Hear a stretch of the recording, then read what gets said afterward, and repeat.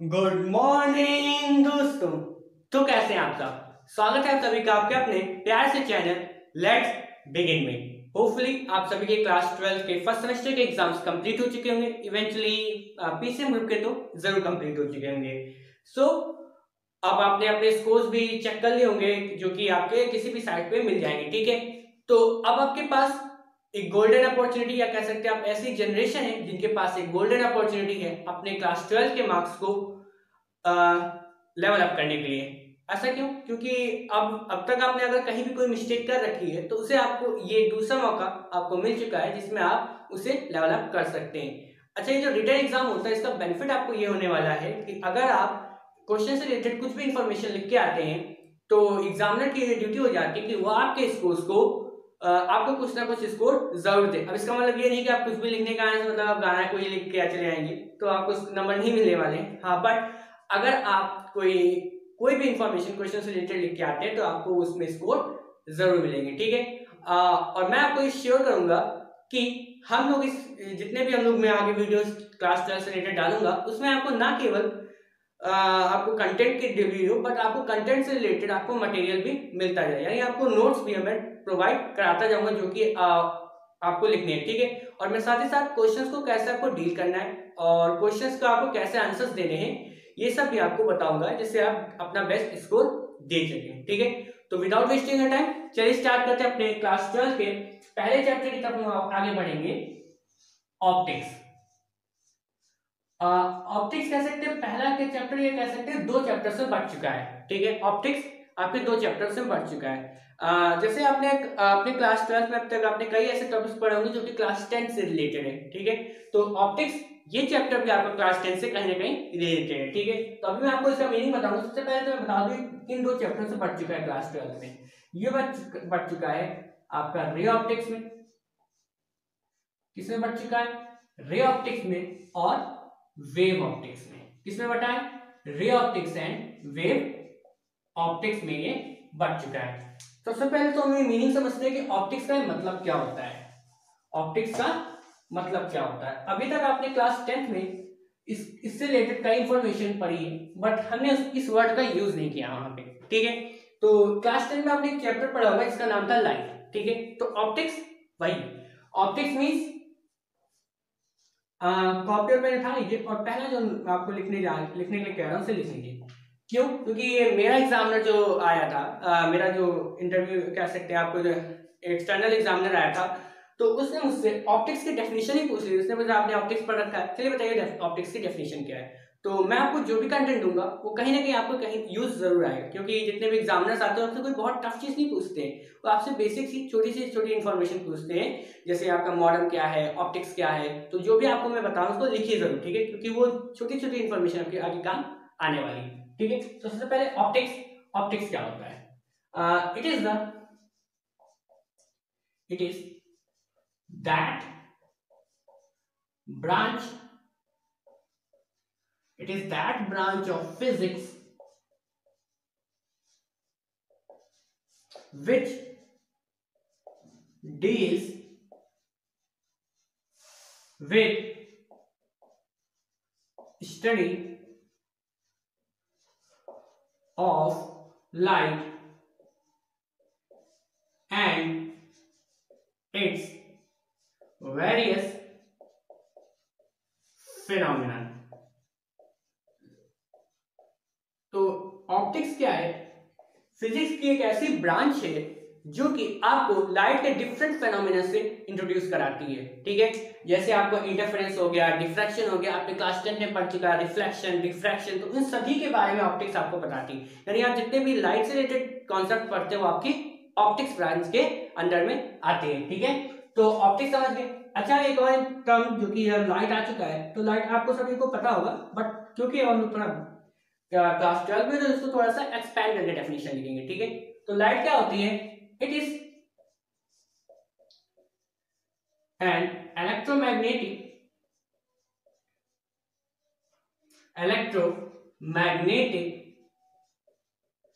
Wave. इसकी range जो होती है, इलेक्ट्रोमैग्नेटिक स्पेक्ट्रम जो होता है आपको पता ही होगा। ठीक है, इलेक्ट्रोमैग्नेटिक स्पेक्ट्रम में अगर बता दो G X U V I M R, ठीक है। तो ये जो होती है इलेक्ट्रोमैग्नेटिक स्पेक्ट्रम यानी gamma rays, X rays, ultraviolet rays, उसके बाद विजिबल रेज। तो ये विजिबल जो यहाँ पे विजिबल रेज है, विजिबल की जो रेंज है 4000 से अबाउट 8000 एंगस्ट्रॉम, अबाउट में एग्जैक्ट 3700 कुछ करीब होती है, ठीक है। तो 4000 से 8000 एंगस्ट्रॉम के बीच में जो रेंज होती है वो होती है विजिबल लाइट, और लाइट उसी के अंडर आ रही है, जैसे गामा, एक्स-रे, अल्ट्रावायलेट रेज, ये सब हम लोग जनरल आंखों से देख नहीं सकते हैं, ठीक है, बट विजिबल रेंज जिसमें हम लोग देखते हैं, ठीक है। तो उस रेंज जो होती है विजिबल रेंज, वही आपकी लाइट है, ठीक है। तो उसी रेंज को हमको पढ़ना है। तो it is an electromagnetic wave, इसकी रेंज आपकी 4000 से 8000 एंगस्ट्रॉम तक वेरी करती है, ठीक है। वेरिंग हार्मोनिकली, अभी हार्मोनिकली आपको आगे के लेक्चर से आपको बताऊंगा, थोड़ा सा डीप कॉन्सेप्ट है, ठीक है। Harmonically with space, in space and time, harmonically in space and time.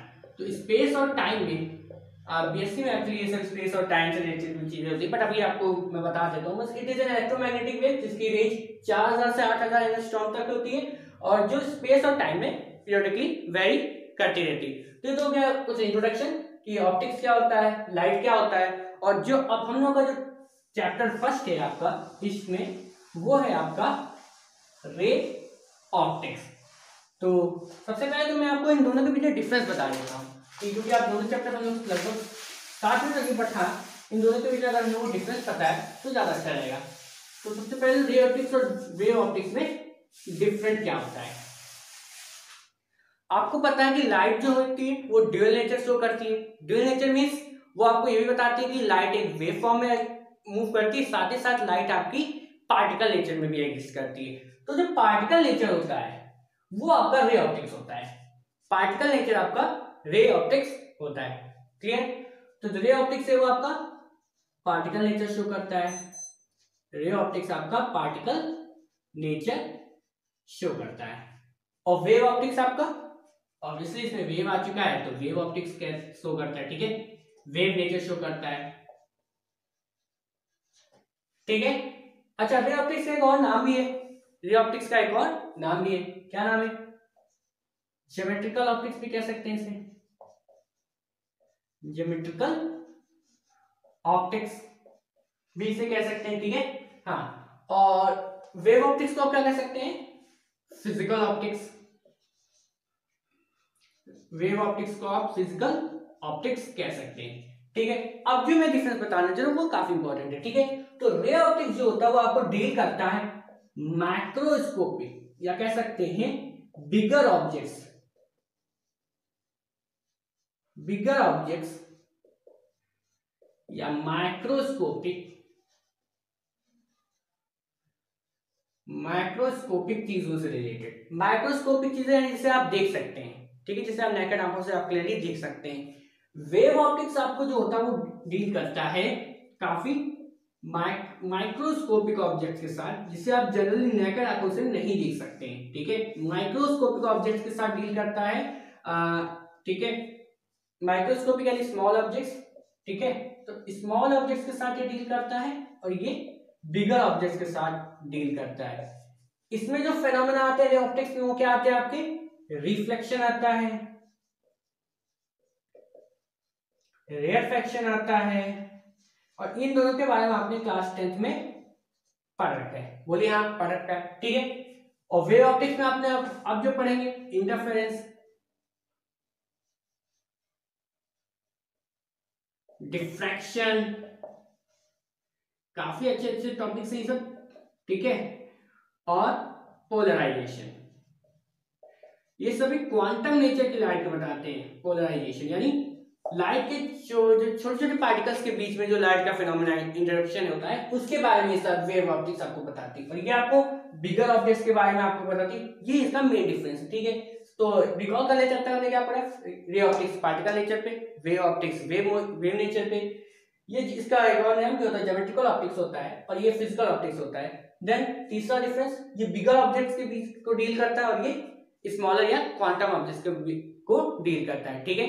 यहाँ तक आपको डिफरेंस आई थिंक क्लियर हो चुका होगा रे ऑप्टिक्स और वेव ऑप्टिक्स में क्या होता है। ठीक है, चलिए एक स्क्रीनशॉट ले लीजिए, आगे बढ़ते हैं। तो अब जो हमारा चैप्टर फर्स्ट है वो है आपका रे ऑप्टिक्स। ये तो हमने दोनों चैप्टर्स के बीच में डिफरेंस पढ़ लिया, क्योंकि दोनों ही ऑप्टिक्स है, तो दोनों के बीच में क्या डिफरेंस था अब आपको क्लियर हो गया होगा। ठीक है, तो चलिए आगे बढ़ते हैं।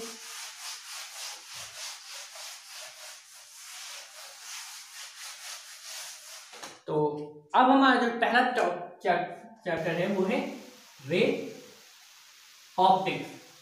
ठीक है, तो इसमें हम लोग क्या क्या पढ़ेंगे, हम लोग पढ़ेंगे रिफ्लेक्शन क्या होता है, रेयरफेक्शन क्या होता है, जो लाइट मूव करती है from rare to denser medium, उसमें लाइट का क्या बिहेवियर होता है, इन सब चीजों के बारे में हम लोग बात करेंगे। बट सबसे पहले इन सभी चीजों को पढ़ने के लिए हमें जो कुछ छोटे मोटे टर्म्स चाहिए उनके को रिकॉल करना जरूरी है, क्योंकि आप लोग अभी भी एग्जाम दे के आए तो आप जनरली टेंशन में होंगे, तो उसको रिकॉल करना जरूरी है। 1 सेकेंड।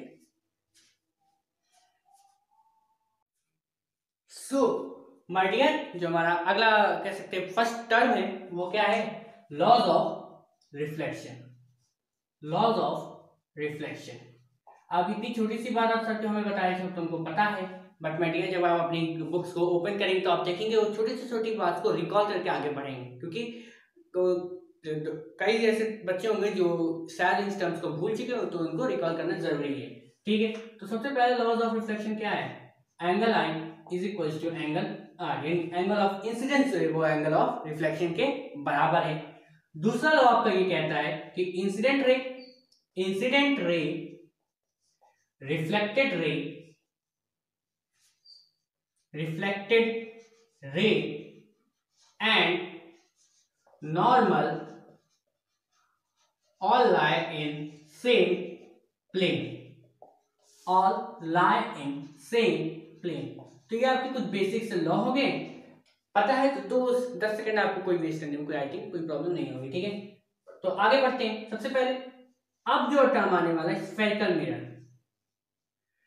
पता तो आपको होगा, बट इसके कुछ जो टर्म्स है जो कि जनरली आप भूल जाते हैं, उनको आपको रिकॉल करना बहुत जरूरी है, जितने भी आगे के जितने भी टॉपिक्स हैं वो सब इससे कहीं ना कहीं रिलेटेड जरूर है। ठीक है, तो स्फेरिकल मिरर, अब ये क्या होता है स्फेरिकल मिरर। तो अब आप क्या कीजिए, एक हॉलो स्फीयर ले लीजिए, मैं ऊपर वाला मिटा लेता हूँ। ठीक है, स्फेरिकल मिरर को समझने के लिए। ठीक है, तो एक आप हॉलो स्फीयर ले लीजिए, एक हॉलो स्फीयर ले लेते हैं हम लोग।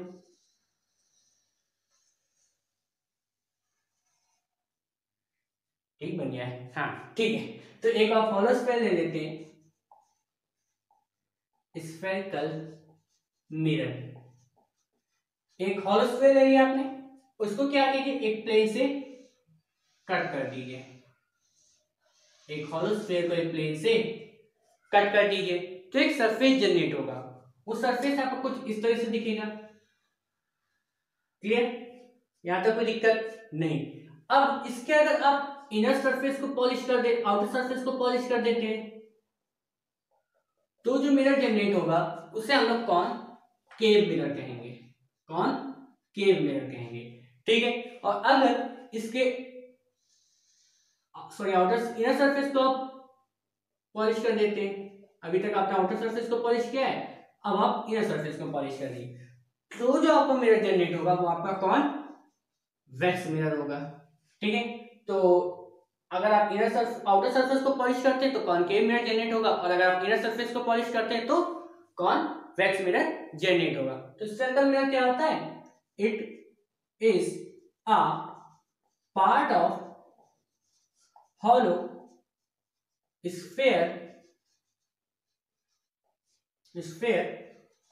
of from which it is a part of hollow sphere of which forms a part of reflecting surface, which forms a part of reflecting surfaces,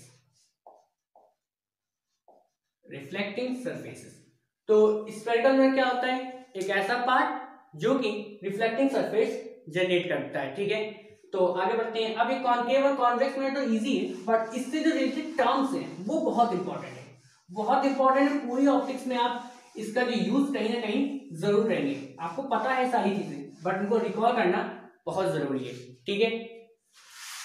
तो आगे बढ़ते हैं। जैसे एज्यूम कीजिए आपका एक स्फेरिकल हॉलो स्फीयर है, हॉलो स्फीयर है। 1 मिनट।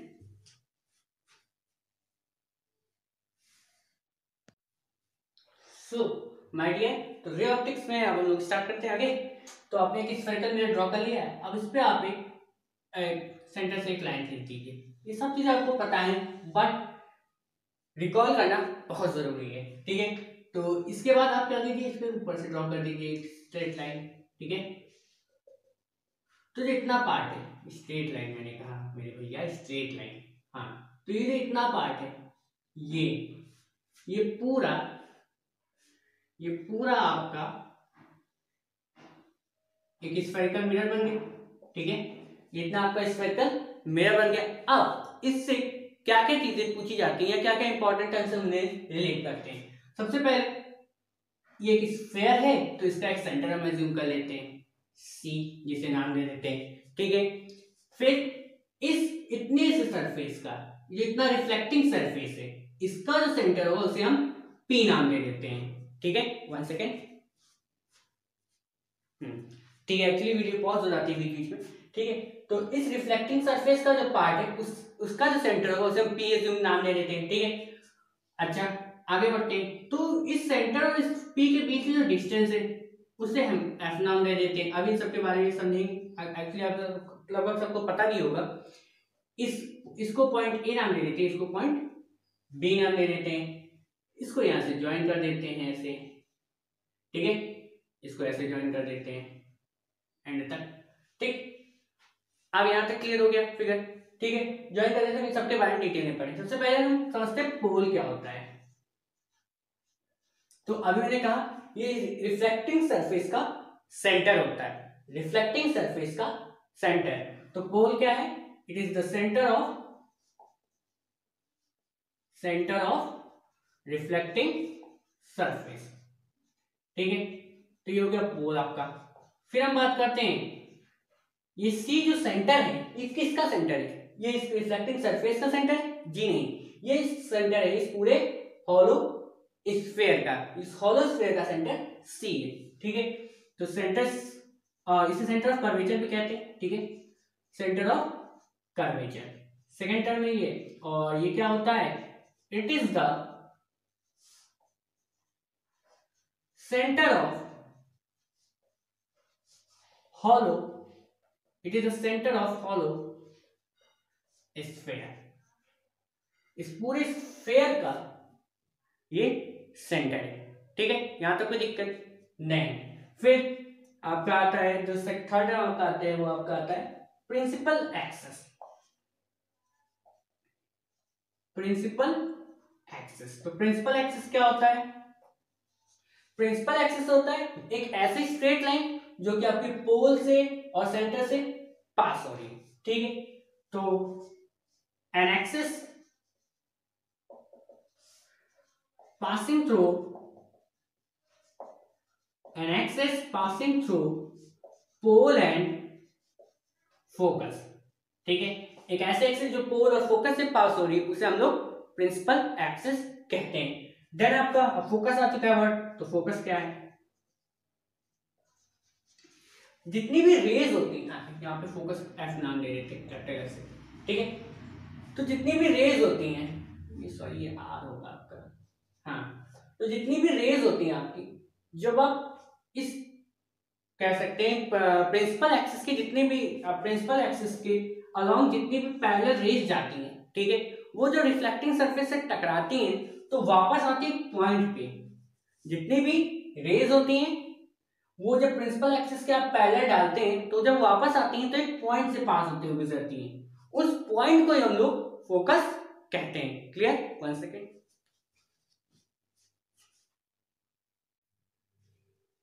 सो माय डियर, तो अब हम लोग बात कर रहे थे फोकस पे। तो फोकस क्या होता है, जितनी भी रेज होती हैं या जितनी भी बीम होती हैं, जब वो प्रिंसिपल एक्सिस के पैरेलल ट्रांसफर होती हैं या पैरेलल ट्रेवल करती हैं, तो रिफ्रैक्टिंग सरफेस से टकराने के बाद वो सभी एक पॉइंट पे आके क्रॉस होती हैं, वो सभी एक पॉइंट से आके क्रॉस होती है। मैंने क्या कहा, जितनी भी रेज या बीम होती हैं वो प्रिंसिपल एक्सिस के पैरेलल जो होती हैं, वो जब रिफ्लेक्टिंग सरफेस से टकराती हैं तो वो सभी एक पॉइंट को क्रॉस करते हुए गुजरती हैं। उस पॉइंट का नाम है फोकस। उसी पॉइंट का क्या नाम है, फोकस। ठीक है, तो सबसे पहले रे और बीम में क्या डिफरेंस होता है। रे एक सिंगल पाथ ऑफ लाइट, एक सिंगल वेव, जो कि एक सिंगल आपकी जो लाइट है जो कि आपकी लाइट के पाथ को इंडिकेट करता है, उसे हम रे कहते हैं। और बीम क्या होती है, जब ढेर सारी एक रेज एक साथ होती है तो वो बीम होती है। ठीक है, तो बीम और रेज में क्या डिफरेंस होता है आपको शायद पता चला होगा। ठीक है,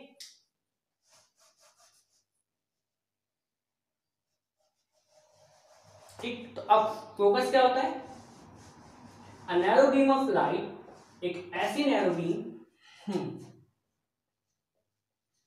a narrow beam of light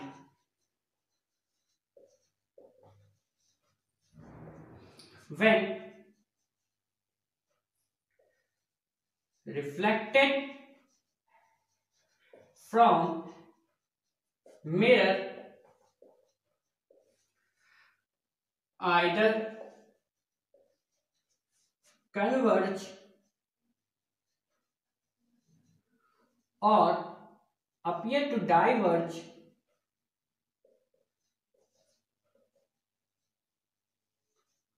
from a point,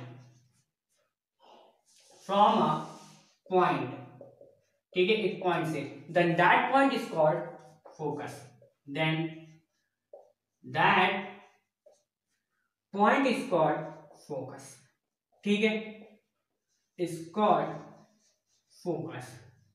यकीन मानिए दोस्तों, अगर आप नोट्स बनाते चल रहे हैं तो आपको बुक्स को भी खोलने की जरूरत नहीं होगी, अगर आप मेरे साथ कंटिन्यूअसली नोट्स को बनाते चल रहे हैं। ठीक है, तो स्क्रीनशॉट लीजिए पहले। ठीक है, आई होप आपने स्क्रीनशॉट ले लिया होगा। आगे बढ़ते हैं।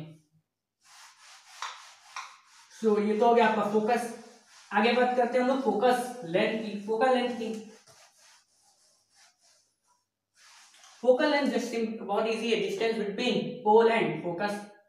तो ये जो फोकल पॉइंट है यहीं से आपकी डिफ्लेक्टेड होकर जितनी भी रेज जाएंगी वो टकराने का यहीं से वापस होंगी। तो ये जो डिस्टेंस है ये पोल और फोकस के बीच की डिस्टेंस, ये आपकी फोकल लेंथ कहलाती है। तो फोकल लेंथ क्या होता है, फोकल लेंथ क्या होता है आपका,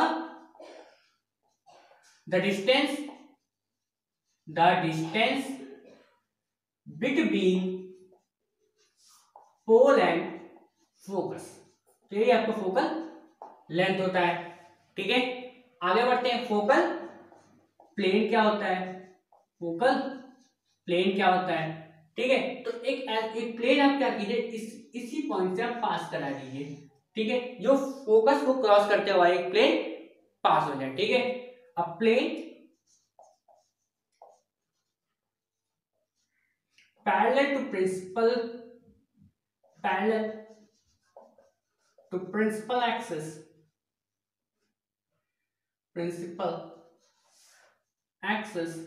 and perpendicular to focus, perpendicular spelling,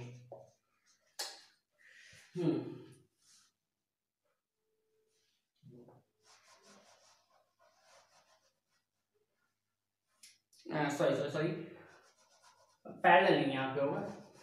अब प्लेन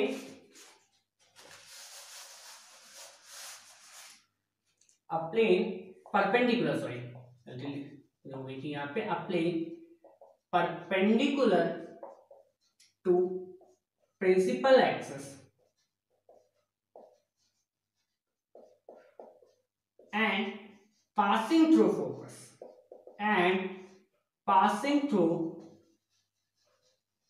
फोकस, एक ऐसा प्लेन जो कि इस फोकल प्रिंसिपल एक्सिस के परपेंडिकुलर है और वो फोकस से पास हो रहा है, उसी को हम लोग क्या कहते हैं, फोकल प्लेन कहते हैं। ठीक है, तो ये कुछ बेसिक से टर्म्स हो गए जिनको जानना जरूरी था या रिकॉल करना बहुत जरूरी था। ठीक है, आगे बढ़ते हैं। एक और छोटा सा डेरिवेशन, अब इतना हम लोग रिकॉल कर चुके हैं तो एक डेरिवेशन भी कर लेते हैं। अच्छा, डेरिवेशन जो है वो भी आपने कहीं ना कहीं पढ़ चुका है, ठीक है।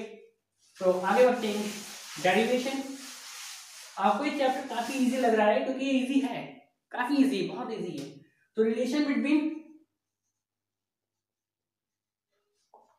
एफ एंड आर, ठीक है। सॉरी आर के बारे में तो मैंने आपको बताया नहीं, रेडियस ऑफ कर्वेचर,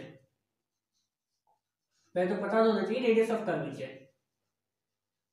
तो रेडियस ऑफ कर्वेचर एक्चुअली ये इस पूरे स्फीयर का रेडियस होता है, इस पूरे, जैसे उस पूरे स्फीयर का सेंटर होता है, तो पूरे स्फीयर का रेडियस होता है ये, वो इस इतने से पार्ट का नहीं है रेडियस, वो पूरे स्फीयर का रेडियस है, ठीक है। तो रेडियस ऑफ कर्वेचर क्या होता है, it is the radius of hollow, it is the radius of hollow sphere, ठीक है। तो ये अब आप हम लोग इस डेरिवेशन की तरफ बढ़ने के लिए स्टार्ट कर सकते हैं, ठीक है। तो आगे बढ़ते हैं, सबसे पहले हम एक मिरर ड्रॉ कर लेते हैं, हम कॉनकेव मिरर जिसके हम लोग हैबिचुअल हैं तो उसी का हम लोग बात करते हैं, ठीक है। तो कॉनकेव मिरर एक ले लेते हैं, ठीक है, 1 सेकेंड।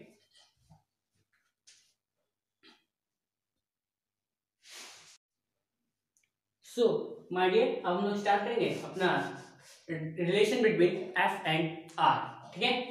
तो सबसे पहले एक कॉनकेव मिरर हम लोग बना लेते हैं। इसके पीछे की साइड आपकी क्या होगी, पॉलिश होगी, नीचे भी पॉलिश हो गया लग रहा है। तो एक कॉनकेव मिरर बना लेते हैं जिसके पीछे की साइड आपकी पॉलिश है, ठीक है।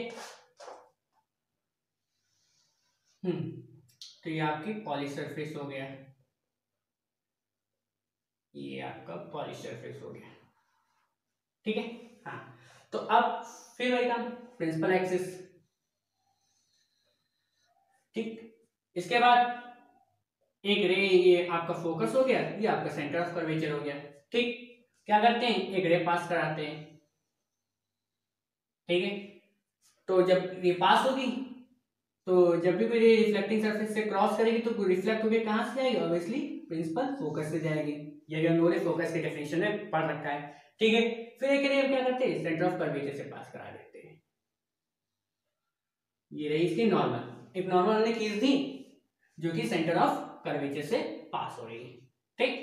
तो अब ये जो एंगल होगा इसे हम एंगल आई नाम दे देते हैं क्योंकि ये इंसिडेंट हो गया। इंसिडेंट रे किसके बीच में होता है, इंसिडेंट रे और नॉर्मल के बीच में। सिमिलरली ये क्या होगा, एंगल आर हो जाएगा, रिफ्लेक्शन किसके बीच में, नॉर्मल और रिफ्लेक्टिंग रेज के बीच में। यहां तक की दिक्कत, कोई दिक्कत नहीं। इसको नाम हम दे देते हैं अल्फा, इसको नाम हम दे देते हैं अल्फा, इस एंगल को नाम हमने दे दिया एंगल अल्फा, इसको नाम दे देते हैं, इस ट्रायंगल को अभी ट्रायंगल एज्यूम कर लीजिए, ए जेड और पी, एक ट्रायंगल जिसका नाम ए जेड पी, पी तो यहाँ पोल होगा तो पी नहीं रखते, हम एम नाम दे देते हैं, ए जेड एम, ठीक है। आगे बढ़ते हैं, तो अब ध्यान दीजिए, फ्रॉम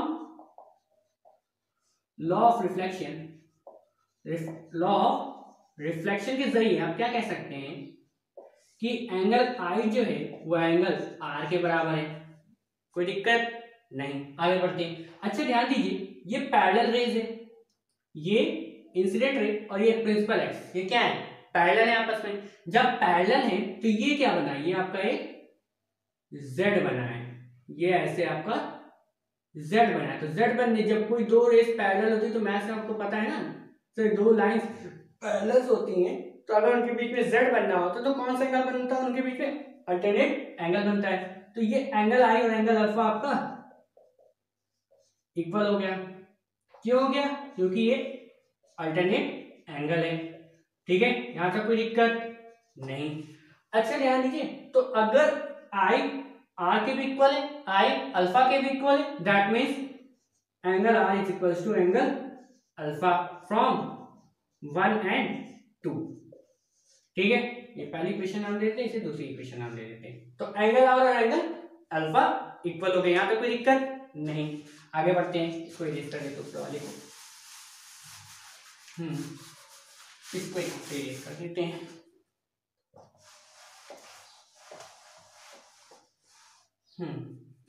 सो क्या आप मिरर बना देते वापस से, तो ये गीले से रखो तो गीला हो जाता है, सूखे से रखो तो मुस्टैंडली। ठीक है, तो ये आपका फिर से रहा मिरर, ये रही आपकी प्रिंसिपल एक्सिस, ये रही आपकी रे रिफ्लेक्ट हो गया आई फोकस से, ये रहा आपका सेंटर जिससे आपने नॉर्मल फेज का, ये रहा आपका आई और ये रहा आपका एंगल आर ए एम था यहाँ पे शायद और यहाँ पे जेड था। ठीक है, यहाँ तक हो गई थी बात। ठीक, ये रे गई है और ये आई। ठीक, तो आर इक्वल टू अल्फा हो चुका है, तो ये अल्फा। तो अगर हमें ट्रायंगल की प्रॉपर्टी से क्या पता है कि sides opposite to equal angle are equal, sides opposite to equal angle are equal. इसका मतलब ये हुआ कि इसके अपोजिट साइड यानी ये और इसके अपोजिट साइड यानी ये क्या है, इक्वल है। That means therefore FC is equals to AF हो गया, एफ इसको नाम दे देते हैं और ये AZ हो गया। ठीक है, AZ। अच्छा ध्यान दीजिए, तो AZ क्या है? अगर मैं कहूँ ये बहुत छोटा है, ये बहुत जो अपर्चर है ये बहुत छोटा है, बहुत छोटा है, तो ये AF जो है AZ ये उठ के कहाँ पे आ जाएगा, ये घूमते घूमते इसी पे आ जाएगा और किसके इक्वल हो जाएगा, ZP के बराबर हो जाएगा। क्लियर? तो इफ aperture इज स्मॉल होगा तब क्या होगा, AZ वो ZP के बराबर हो जाएगा, AZ ZP के बराबर हो जाएगा, कोई दिक्कत नहीं। ठीक है, आगे बढ़ते हैं। नाउ डियर फ्रेंड्स, बस हम लोग एंड आ चुके हैं डेरिवेशन के।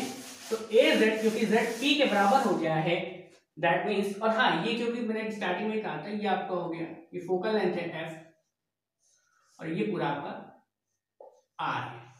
ठीक है, तो AZ ZP के बराबर हो गया है, तो देयरफॉर अब ध्यान दीजिए, तो CP जो है ये पूरी CP वो क्या है, CZ प्लस ZP के बराबर है, बोलिए हाँ। ठीक है, अभी अभी हमने क्या क्या है, AZ वो किसके इक्वल हो गया है, ZP के। यहाँ पे जो CZ था वो CZ क्या था आपका, CZ और AZ बराबर, यानी ये क्या हो गया, ये भी F हो गया और ये भी F हो गया।